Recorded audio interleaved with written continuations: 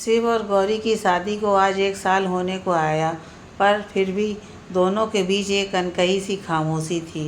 Shiv college के professor, धीर गंभीर स्वभाव का, वहीं गौरी एक समझदार और जिम्मेदार लड़की। गौरी पहले ऐसी नहीं थी, चंचल, मासूम, निश्चल, तितली की तरह इधर उधर घूमने वाली लड़की थी। पर कहते हैं ना, जीवन में कुछ ऐसी घटनाएं घट जाती हैं जिससे पूरी ज़िंदगी ही बदल जाती है। कुछ ऐसा ही गौरी के साथ भी हुआ था। 1 साल पहले की गौरी और आज की गौरी में रात दिन का अंतर है। शिव और गौरी की शादी कुछ ऐसी परिस्थितियों में हुई जिससे दोनों का जीवन ही बदल गया। 1 साल पहले कुछ लड़कियां एक दुल्हन को तैयार कर रही थी। जी हाँ, यह दुल्हन और कोई नहीं, गौरी ही थी। सभी लड़कियां गौरी को छेड़ रही थीं। एक लड़की, अरे वाह, गौरी की क्या किस्मत है, इसकी शादी उसी से हो रही है जिसे ये प्यार करती है। दूसरी लड़की, हाँ तुम बिल्कुल ठीक कह रही हो, ऐसी किस्मत हर किसी की नहीं होती है। ऊपर से वीर कितना सुंदर है और संस्कारी लड़का है, और गौरी से बहुत प्यार भी करता है। यह कहकर सब हंसने लगती हैं। यह सब सुनकर गौरी के गाल शर्म से लाल हो जाते हैं, जिससे शर्माकर वह अपनी नज़रें झुका लेती है। अभी सब हंसी मजाक कर ही रहे होते हैं कि तभी उन्हें बाहर कुछ शोर सुनाई देता है। गौरी को वहीं छोड़कर सभी बाहर की तरफ आते हैं। गौरी भी खिड़की में से बाहर देखती है। गौरी के पिता अपने हाथ जोड़कर, देखिए समधी जी, मैं आपसे हाथ जोड़कर निवेदन करता हूँ, आप ऐसा अनर्थ मत कीजिए। ऐसा कहकर वह अपनी पगड़ी उनके पैरों में रख देते हैं। वीर के पिता, हमने कह दिया ना, या तो हमें दहेज में गाड़ी दीजिए, नहीं तो हम अपने बेटे की बारात वापस लेकर जा रहे हैं। गौरी के पिता, देखिए मेरी बच्ची के साथ ऐसा अन्याय मत कीजिए। मेरी जितनी सामर्थ्य थी मैंने उससे बढ़कर किया है। वीर के पिता, तो हमने भी तो इस विवाह के लिए हाँ की थी, वरना वीर के लिए तो बहुत अच्छे अच्छे घरों से रिश्ते आ रहे थे, लेकिन वीर की बात मानकर हमने आपके घर से रिश्ता जोड़ा। आप अच्छे से जानते हैं कि आपकी हैसियत हमारे जितनी नहीं है। हमने तो उसे भी जाने दिया, पर हमें भी समाज को मुंह दिखाना है, इतना तो करना ही पड़ेगा। आखिर हमारा भी कुछ स्टेटस है, और दहेज में गाड़ी तो सब देते हैं। यह तो रीत है समाज की, जिसे सब निभाते हैं। और हमने अब हमारे बेटे को इतना पढ़ाया लिखाया, उसका कुछ तो मान सम्मान होना चाहिए। और आपसे हमने ये भी कहा था कि हमारे मेहमानों की खातिरदारी अच्छे से होनी चाहिए। गौरी के पिता, मैंने अपनी तरफ से कोई कमी नहीं रखी, मैंने मेरी हैसियत से बढ़कर काम किया है। वीर के पिता ताना मारते हुए, वह तो दिख ही रहा है कैसा इंतज़ाम किया है, अपने दामाद को गाड़ी देने तक की हैसियत नहीं। हाँ, कैसे कंगालों के घर रिश्ता जोड़ा आपने भैया। वीर की बुआ, जो अब तक तमाशा देख रही थी, कहती हैं, हम कुछ नहीं जानते, या तो आप गाड़ी दीजिए, नहीं तो मैं यह बारात वापस लेकर जा रहा हूँ। ऐसा कहकर वे सब जाने लगते हैं। वीर खड़ा खड़ा देखता रहता है, पर अपने पिता के आगे कुछ नहीं बोलता। गौरी के पिता सबके सामने हाथ जोड़कर गिड़गिड़ाने लगते हैं। तब तक गौरी बाहर आ जाती है और आंखों में आंसू भरकर सब देखती रहती है। उसे विश्वास नहीं होता कि यह वही वीर है जिसने उसके साथ रहने की कस्में खाई थीं, जो उसके बारे में एक लफ्ज़ भी किसी से नहीं सुनता था, और आज उसी के सामने उसके पिता की और उसकी इज्जत उछाली जा रही थी, और वह चुपचाप खड़ा तमाशा देख रहा था। हमारे समाज की ये विडंबना है। दहेज रूपी राक्षस न जाने कितने ही लड़कियों की जिंदगियां लील गया है। कितनी ही लड़कियों को शादी के बाद दहेज की खातिर जला दिया जाता है। न जाने कितने पिताओं को कर्ज में डुबाया है इस राक्षस ने। और समाज के कुछ ठेकेदार भाषण तो बड़े बड़े देते हैं, लेकिन जब खुद की बारी आती है तो दहेज लेने से पीछे नहीं हटते। पर इन सब में मारा जाता है एक गरीब पिता, जो अपनी मेहनत की कमाई से अपनी बच्ची को पढ़ा लिखाकर इतना बड़ा करता है, उसकी परवरिश करता है, उसे सारे गुण सिखाता है, लेकिन दहेज रूपी राक्षस उनकी खुशियों को निगल जाता है। किसी को तो पहल करनी ही पड़ेगी, किसी को तो जागरूक होना पड़ेगा, उदाहरण पेश करना पड़ेगा इस कुप्रथा को जड़ से उखाड़ फेंकने के लिए। खैर, आज गौरी के साथ भी कुछ ऐसा ही हो रहा था। गौरी के पिता उन लोगों से कहते रह जाते हैं कि मेरी बेटी को मंडप में छोड़कर मत जाओ, फिर कौन इससे शादी करेगा, वह गिड़गिड़ाते हुए कहते हैं। ऐसा कहते कहते ही उनकी आंखों के आगे अंधेरा छा जाता है और वह चक्कर खाकर गिरने लगते हैं कि तभी दो हाथ आकर उनको संभाल लेते हैं। गौरी के पिता देखते हैं कि यह उनके पुराने दोस्त रामलाल जी थे, जो कि उनके गांव के सम्मानित और प्रतिष्ठित व्यक्ति थे। देखा ना दोस्त, मेरी बच्ची के साथ कितना बड़ा अनर्थ हो गया। अब मैं क्या करूं? अब कौन इससे शादी करेगा? रामलाल जी कहते हैं, तुम घबराओ मत जगदीश, जब तक तुम्हारा दोस्त है तुम्हारी बच्ची के साथ गलत नहीं होगा। जगदीश जी उनकी तरफ देखते हैं। रामलाल जी कहते हैं, मैंने सब कुछ देख और सुन लिया है, तुम चिंता मत करो, मेरा बेटा करेगा गौरी से शादी। वहाँ उपस्थित सभी लोग जो अब तक तमाशा देख रहे थे, आश्चर्य से उन लोगों की तरफ देखते हैं। जगदीश जी हाथ जोड़कर उनके सामने खड़े होकर कहते हैं, तुम्हारा ये एहसान मैं कभी नहीं भूलूंगा दोस्त। रामलाल जी, कैसी बातें करते हो जगदीश? मुसीबत में तुमने भी मेरी सहायता की थी, तो क्या तुमने मुझ पर एहसान किया था? और मैंने तो पहले ही तय कर रखा था कि तुम्हारी बेटी को मैं अपने घर की लक्ष्मी बनाऊंगा, परंतु परिस्थितियां ऐसी बनी कि मेरे कहने से पहले ही तुम्हारी बेटी की शादी तय हो गई। और आज जब मुझे भगवान ने यह सौभाग्य दिया है कि गौरी जैसी गुणवान लड़की मेरे घर की बहू बने, तो मैं पीछे नहीं हटूंगा।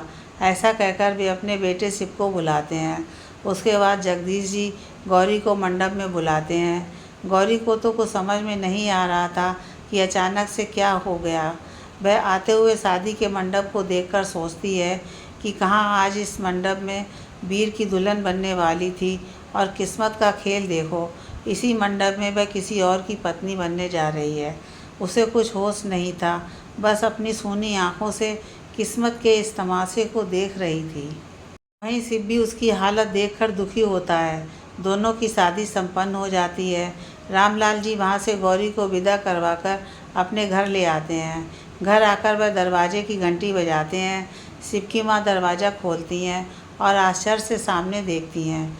रामलाल जी और शिव के साथ गौरी दुल्हन का जोड़ा पहने, गले में मंगलसूत्र, मांग में सिंदूर, गले में जयमाला पहने खड़ी होती है।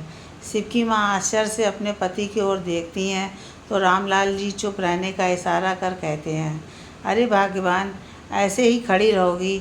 जाओ अंदर जाकर आरती की थाली लेकर आओ और अपनी बहू का स्वागत करो। शिव की माँ गौरी की आरती कर उसका गृह प्रवेश करवाकर घर के अंदर लाती हैं।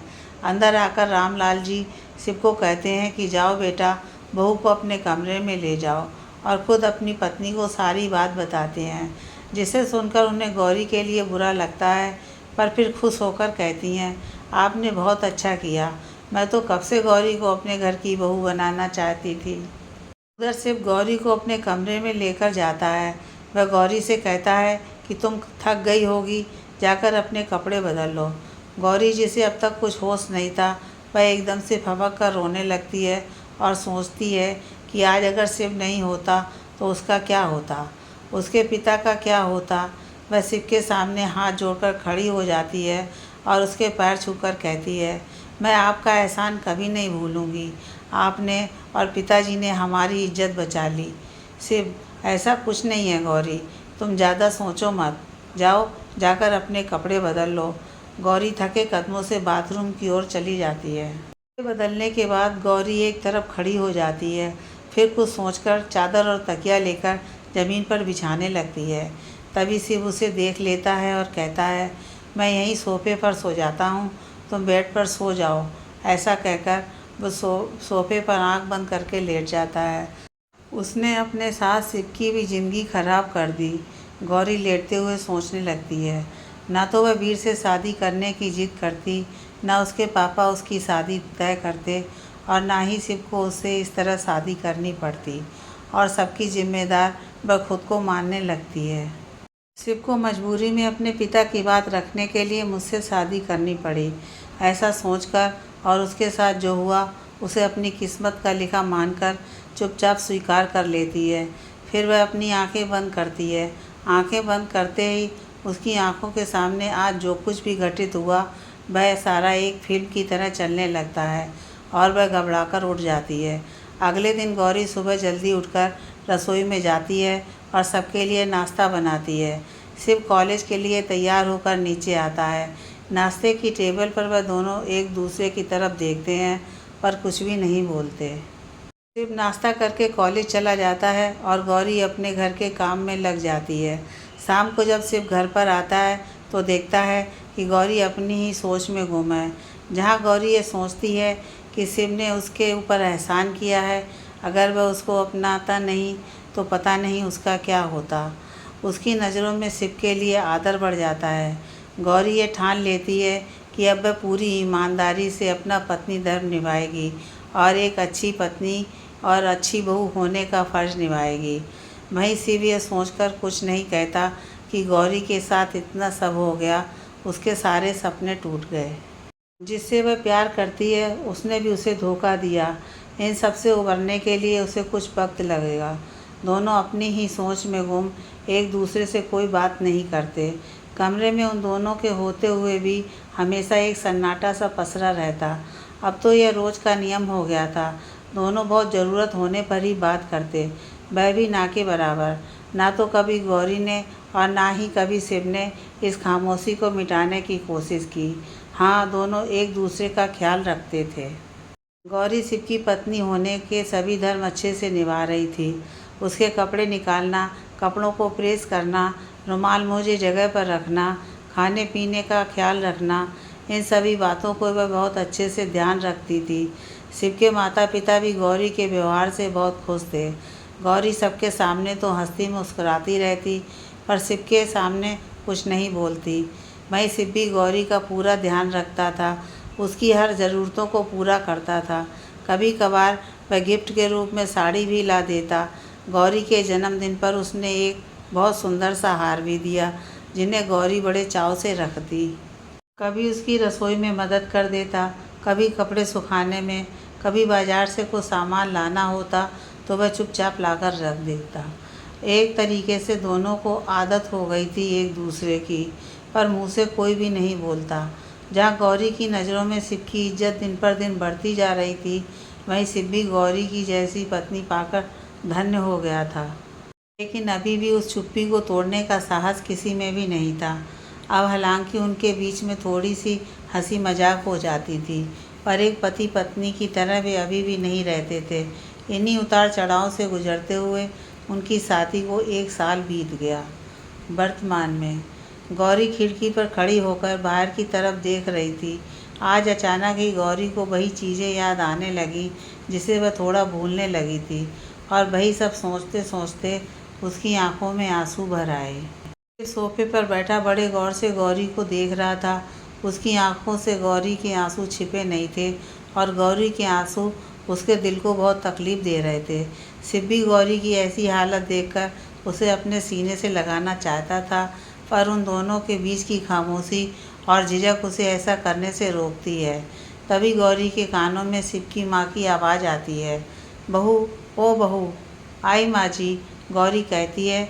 ऐसा कहकर गौरी अपनी सास के पास चली जाती है। शिव की माँ, बेटा आज शिवरात्रि है, शिव का जन्मदिन और तुम दोनों की शादी की पहली वर्षगांठ भी है।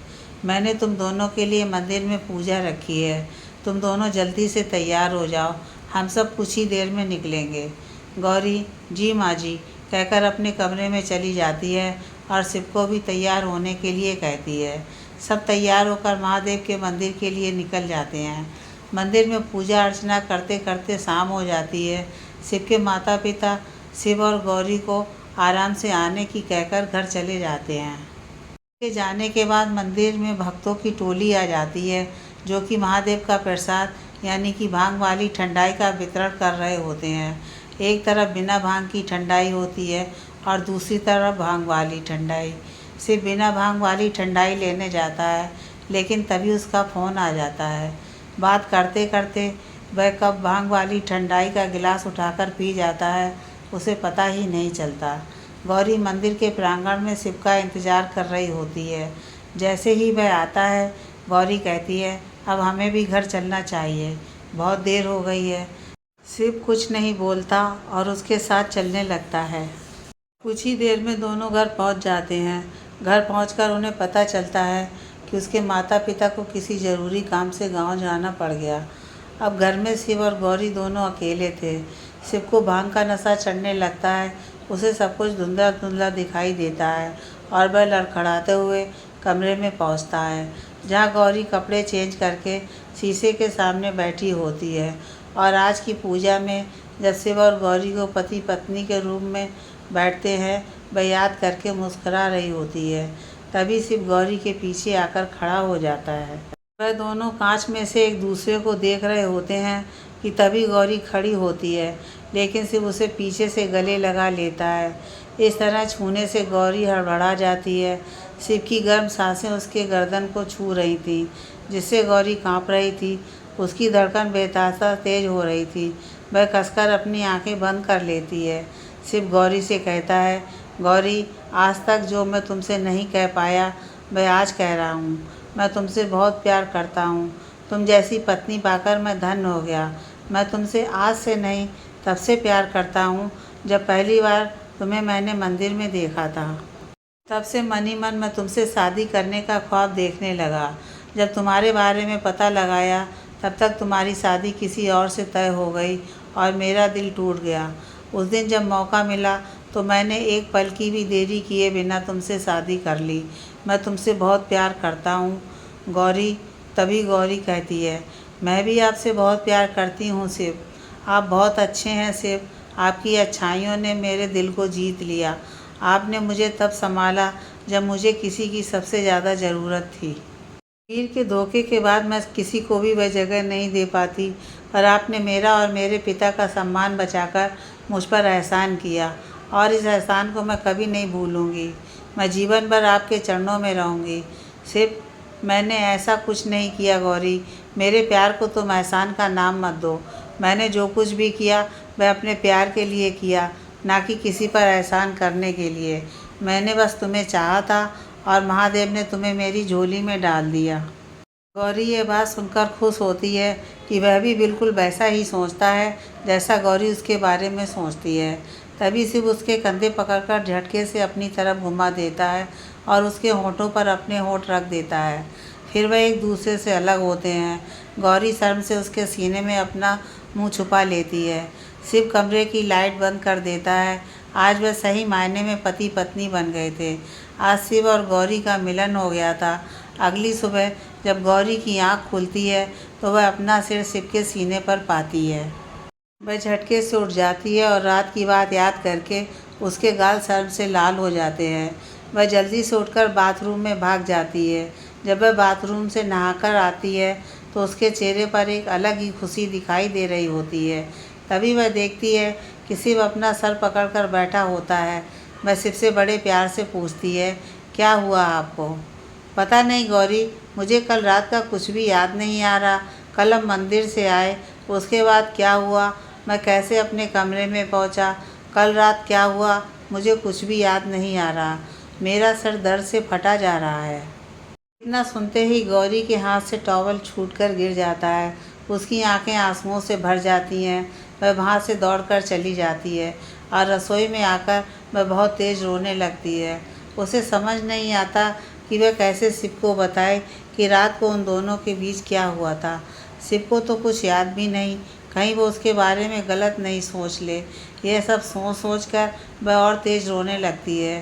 तभी उसे शिव की आवाज़ आती है, गौरी चाय लेकर आओ। गौरी अपने आंसू पोंछकर शिव को चाय देने जाती है और जल्दी से वहाँ से चली जाती है। शिव गौरी का इस तरह का व्यवहार देखकर चौंक जाता है। फिर खुद से कहता है, आज गौरी को क्या हुआ है, बड़ा अजीब व्यवहार कर रही है। वह जल्दी से कॉलेज के लिए तैयार हो जाता है। तैयार होकर शिव नीचे आता है और नाश्ते की टेबल पर बैठकर गौरी से जल्दी नाश्ता लगाने को कहता है। गौरी नाश्ता लेकर आती है, लेकिन वह शिव से नजरें भी नहीं मिला पा रही होती है। वह जल्दी से जल्दी उसके सामने से चले जाने की कोशिश करती है। तभी शिव के माता पिता भी वापस आ जाते हैं। शिव पूछता है, पापा गांव में सब ठीक तो है ना, आप अचानक चले गए? शिव के पिता कहते हैं, हाँ हाँ सब ठीक है। वह गांव वाली ज़मीन थी ना, उसका केस हम जीत गए तो वकील साहब ने बुलाया था। यह तो अच्छी बात है। चलो अब मैं कॉलेज जाता हूँ, आप अपना ध्यान रखना। ऐसा कहकर शिव कॉलेज चला जाता है। इसी तरह 1 महीना बीत जाता है। गौरी शिव के सामने बहुत कम जाती थी। उसके सोने के बाद कमरे में आती थी और उसके उठने से पहले ही कमरे से निकल जाती थी। शिव कई दिनों से गौरी का व्यवहार देख रहा था। उसे समझ नहीं आता कि आखिर ऐसा क्या हो गया कि गौरी उसके सामने रुकती ही नहीं, हमेशा उससे बचने की कोशिश करती है।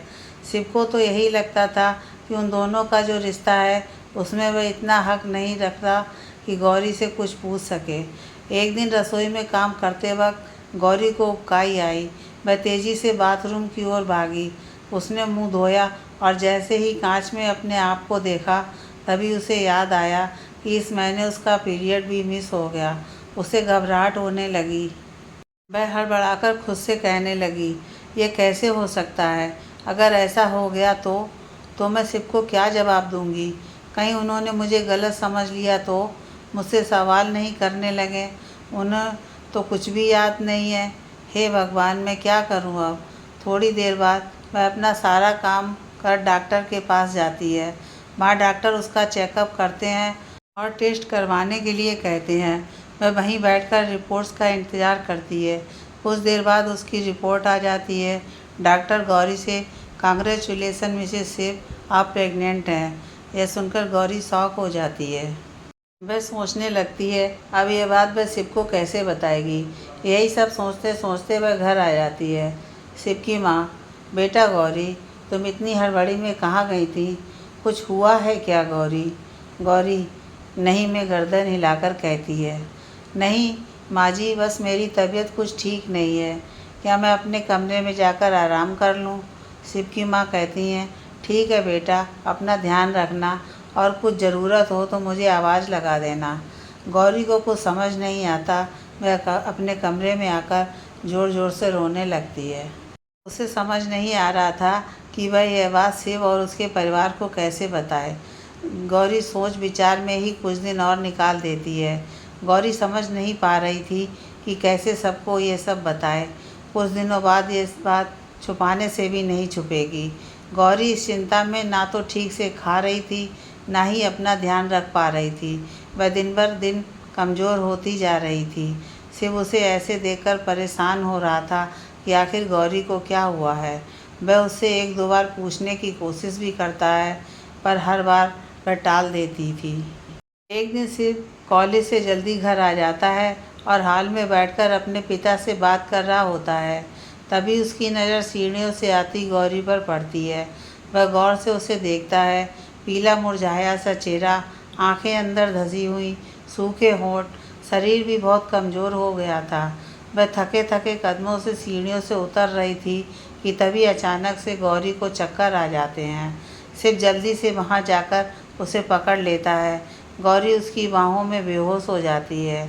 शिव चिल्लाता है, गौरी गौरी, क्या हुआ तुम्हें? जल्दी से कोई पानी लेकर आओ। पर गौरी को होश नहीं आता। वह उसे गोद में लेकर जल्दी से गाड़ी के पास जाता है और उसे गाड़ी में लिटाकर हॉस्पिटल की तरफ निकल जाता है। डॉक्टर डॉक्टर, देखिए ना गौरी को क्या हो गया, अचानक से बेहोश हो गई। शिव चिंतित होकर डॉक्टर से कहता है, डॉक्टर आप चिंता मत कीजिए, हम अभी देखते हैं। शिव बाहर परेशान होकर कॉरिडोर में चक्कर लगा रहा होता है कि तभी डॉक्टर बाहर आती है और शिव को अपने साथ आने को कहकर अपने केबिन में चली जाती है। शिव भी उसके पीछे पीछे चला जाता है। डॉक्टर, देखिए मिस्टर शिव, आपकी पत्नी का शरीर बहुत कमज़ोर है। क्या वह अपने खाने पीने का ध्यान नहीं रखती? शिव को यह सुनकर बहुत दुख होता है। वह सच में इन दिनों अपने काम के चलते गौरी पर ध्यान नहीं दे पा रहा था। डॉक्टर, आपको उनका बहुत ज़्यादा ध्यान रखना होगा। उनकी हालत देखकर लगता है कि वह इन दिनों बहुत ज़्यादा तनाव में है। इतना ज़्यादा उनकी सेहत के लिए अच्छा नहीं है। उनका ब्लड प्रेशर भी बहुत लो है। इस समय उन्हें ज़्यादा से ज़्यादा खुश रखने की कोशिश करें। अच्छी देखभाल से वह जल्दी ही ठीक हो जाएगी। उनको समय पर खाना पीना और दवाइयों का आपको ध्यान रखना होगा। शिव कुछ भी समझ नहीं पा रहा था कि डॉक्टर किस बारे में बात कर रही है। वह नासमझी में डॉक्टर से कहता है, वह सब तो ठीक है, पर डॉक्टर गौरी को हुआ क्या है? डॉक्टर, आप उनके पति हैं? शिव, जी डॉक्टर। तो आपको यह नहीं पता कि गौरी 2 महीने से प्रेग्नेंट है। यह सुनकर शिव के पैरों तले ज़मीन खिसक जाती है। उसे अपने कानों पर विश्वास नहीं होता। ना तो वह खुश हो सकता है, ना दुखी। शिव को अपनी पत्नी गौरी पर पूरा भरोसा था, लेकिन उसे अब तक याद नहीं आता कि वह और गौरी कब इतने नज़दीक आए कि गौरी प्रेग्नेंट हो गई। और गौरी ने भी कभी उसे कुछ नहीं कहा। तभी नर्स डॉक्टर के कैबिन में आकर कहती है, पेशेंट को होश आ गया है। डॉक्टर व शिव गौरी के कमरे में आते हैं, जहाँ गौरी बिस्तर पर लेटी होती है। डॉक्टर, अब कैसी हो गौरी? गौरी, जी ठीक हूँ डॉक्टर। डॉक्टर, तुम्हें अब अपना और ज़्यादा ध्यान रखना होगा गौरी। अब तुम्हारे साथ एक नई ज़िंदगी भी जुड़ चुकी है। अपने खाने पीने का ध्यान रखो।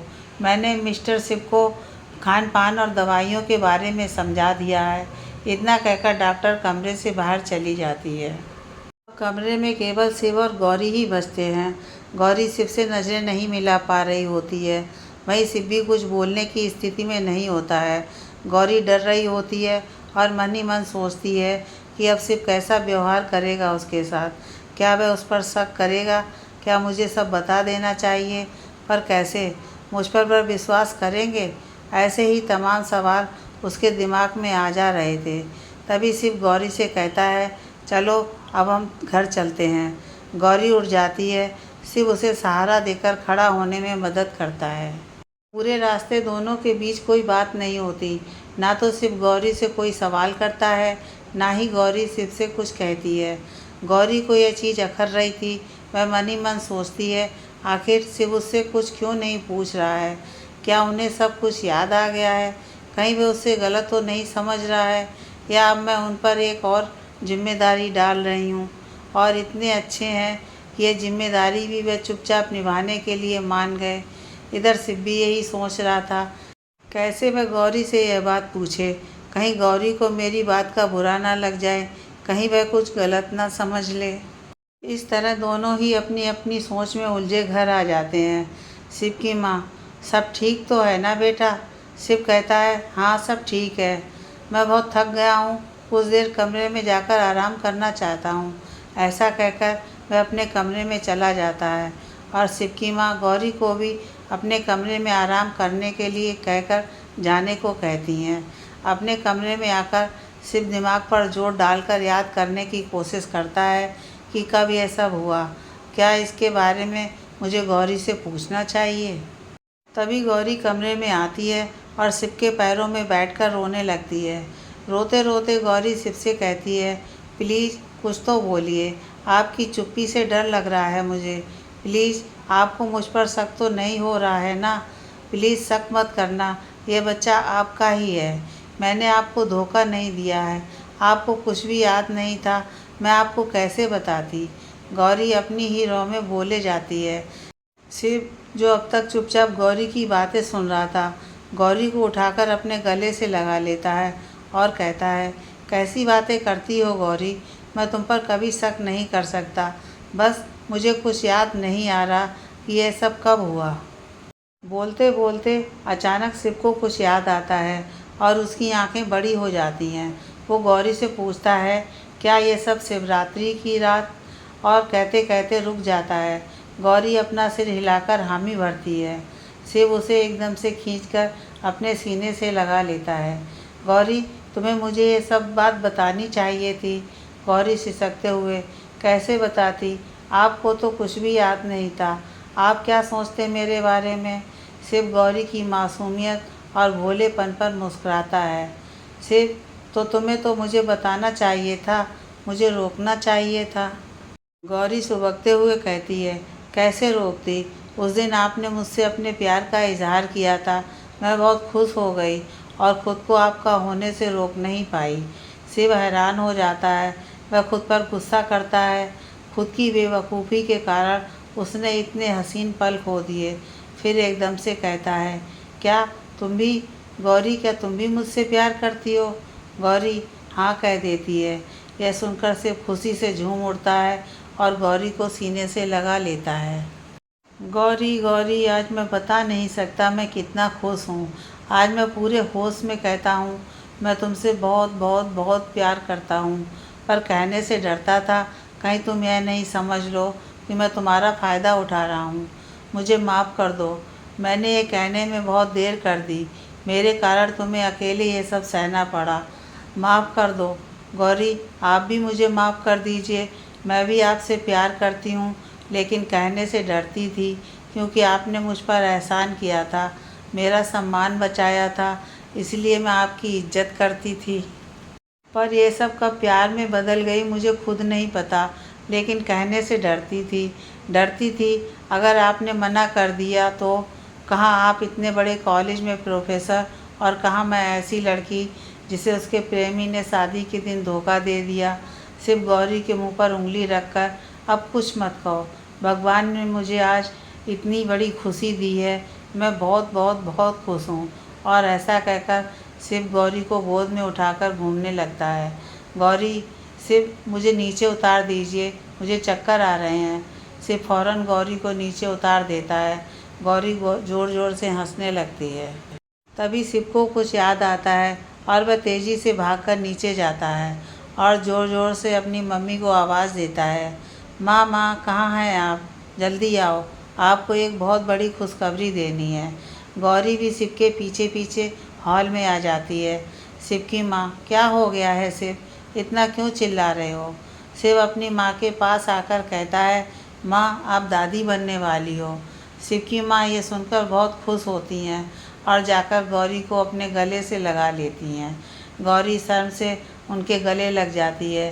शिव की माँ, खड़ा क्या है, जा रसोई से मिठाई लेकर आ और सबका मुंह मीठा करा।